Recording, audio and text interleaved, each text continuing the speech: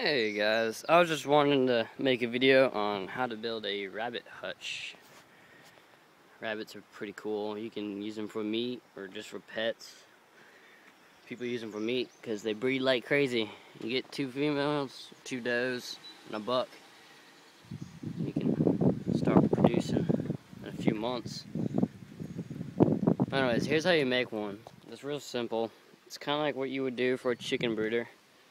You want to use 1/2-inch mesh.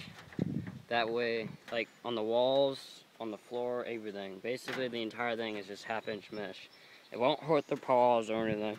And it's nice to keep it sanitary because when they poop, all their poop will come down and fall under here. So it'll fall right through and down to the ground. So if you have a place where, you might want to fertilize next year for your garden or whatever, you could put this on wheels and move it around daily and have you some good fertilization. I got mine outside, just plastic roofing.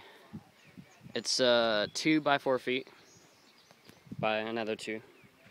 You could house probably 2 litters in here, maybe more. Automatic water. It's just a 2-liter bottle with a nipple on the end. And then for a feeder, I just went to my local Tractor Supply and using this wood to cover up the food. It doesn't have a lid. If you can, make sure there's lids to your feeders. Otherwise you're going to get mice in there and they're going to eat it up. And they'll get wet if you're outside. I had my roof kind of overlap the feeder, see? That way it wouldn't be as much of a problem. But they're real nice. These are American chinchillas. They're a rarer breed, and they were used for meat in America because they get nice and big. Bucks can reach up to 10 pounds. And then, when you have, your construction, make sure nothing can get in through the door. I want to get a latch, but I haven't yet, so I just made a kind of a hook. It works pretty well. Nothing's getting in. And then within you have your extra mesh, got some extra wire. Here's wire. I still have extra. You can build one of these, which could be either used as a pen for rabbits if you wanted to move them around out in, say, your yard or whatever, and have some fresh grass and stuff, and nothing would be able to get into them, no hawks or anything. But what I'm actually going to use this for is a chicken brooder, because this works the same concept. Chickens will poop and it'll fly through, so all I'd have to do is hang it up, say, out here, hang it up, and have my chickens in there when they're babies, till they reach a couple of weeks old. Maybe, it's a foot tall, so you could keep them in there for 6 weeks tops, and then move them out to your coop. It works well. This stuff, the cool thing about the 1/2-inch hardware cloth is that, it's a whole lot easier to work with. Chicken wire, if you've ever worked with it, it likes to roll up on you a lot. And while this isn't a roll, and it does roll in the beginning, once you roll it out, it stays into whatever shape you want it. So it makes it a ton easier to work with. And I just built this completely out of hardware cloth and hognose rings, which costs just a couple bucks. And then if you're going to use hog ring pliers, make sure you have the right kind of pliers. They actually have special pliers to close these. Otherwise, you're going to be spending a whole lot more time, and you might as well just use zip ties at that point. But yeah, that's pretty much it. It's it's pretty cool. You can have a little heater here, hang it up. Or if you wanted to, you could hang this up somewhere and have your buck in there. Keep him separate of your does. Otherwise, you don't want to house your does and bucks together. That just causes problems, especially when they have a litter. But open this up. Hey girls. They're real friendly. They're rabbits. I mean, but yeah, I mean, this is totally clean because all the poop falls through in the pellets.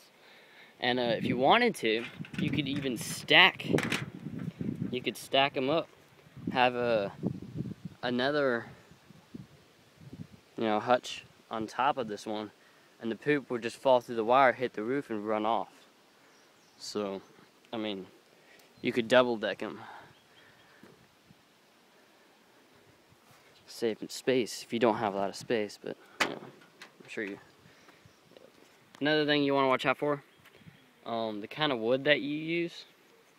I just have this wood laying around. It's all scrap wood, and it just so happens to be cedar, which is wonderful because when you're outside, you want something that's not going to rot, and cedar really doesn't just rot. It takes a long time.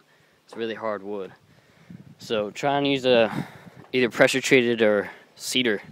Cedar works wonders. And if you're new, watch out for your hinges.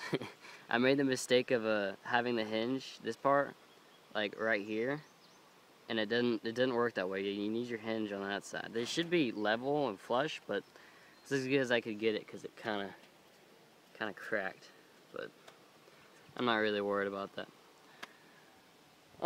As for food and water, they really, like, this is not a lot of food. I mean, with my finger. Alright. This will last them for like a week. They really don't eat a whole lot.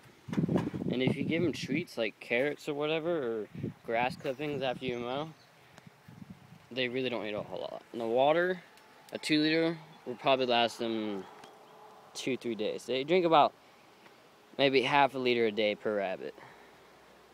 So it's pretty easy. They're probably the least maintenance required animals, honestly. I mean, you put them in there, you give them food and water, and you let them do their thing. And when you get a buck, American chinchillas are really good mothers.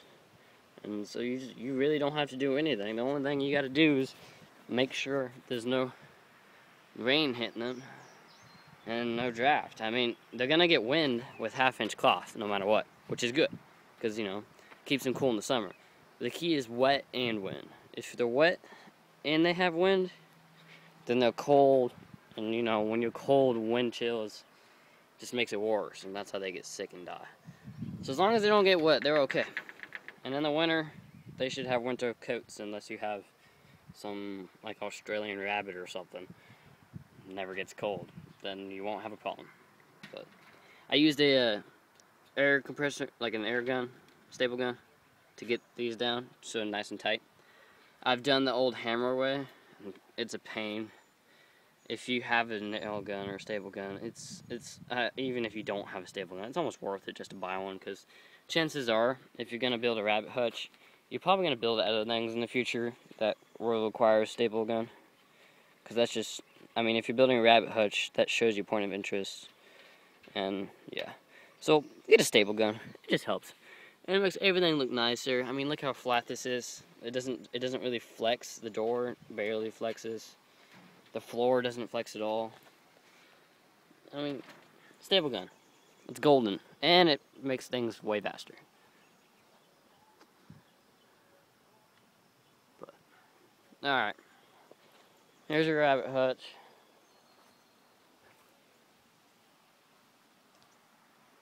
If you got any questions, comment. And I'll see if I can answer them.